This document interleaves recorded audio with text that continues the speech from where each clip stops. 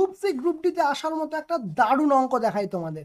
কি বলে দেখো, পরপর 7টি কি সংখ্যা বলেছে, যুগ্ম সংখ্যার গড় বলেছে 36। তাহলে দ্বিতীয় এবং ষষ্ঠ সংখ্যা দুটির যোগফল কত ভাগ করতে হবে, ঠিক আছে?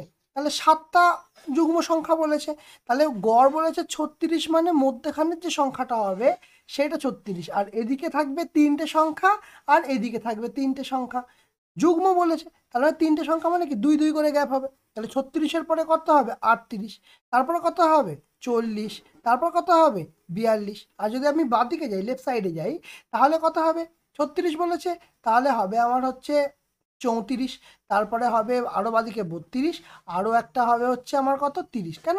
কারণ হচ্ছে প্রত্যেকটা দেখো 2 করে গ্যাপ, প্রত্যেকটা দেখো 2 করে গ্যাপ, এদিকে দেখো প্রত্যেকটা 2 করে গ্যাপ, ঠিক আছে? তো এইভাবেই করতে পারবো খুব সহজে। এবার ওরা চেয়েছে কি, ওরা চেয়েছে দ্বিতীয় আর হচ্ছে ষষ্ঠ এই দুটো যোগফল। তাহলে 4 আর 3 7, 72 আমার আনসার। এত সহজে হয়ে যাবে।